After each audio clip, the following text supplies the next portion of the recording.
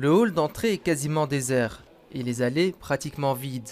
Au centre belge de la bande dessinée, les visiteurs se font rares. Il n'y a pas énormément de monde pour le moment, mais c'est encore tôt aussi.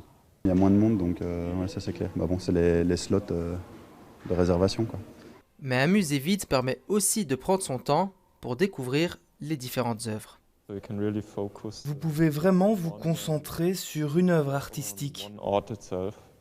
Ce musée a connu une baisse de 70% de visiteurs entre 2019 et 2020.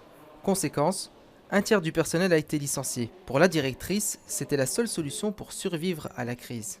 Je pense qu'on aurait mis le centre dans une situation très critique pour les années à venir. Et donc là, on est sur pas un plan à court terme, mais sur un plan à long terme pour pouvoir sauvegarder ce joyau culturel belge. Au musée Horta, les visiteurs sont plus nombreux.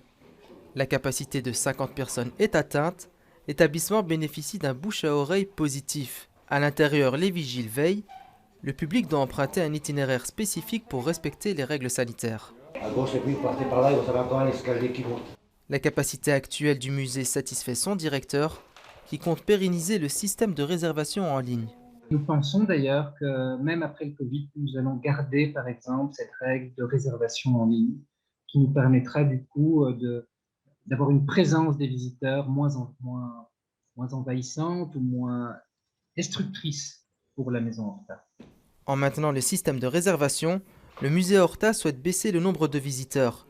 De 75 000 par an, il ambitionne d'arriver à 55 000 pour préserver au mieux cet endroit emblématique de Bruxelles.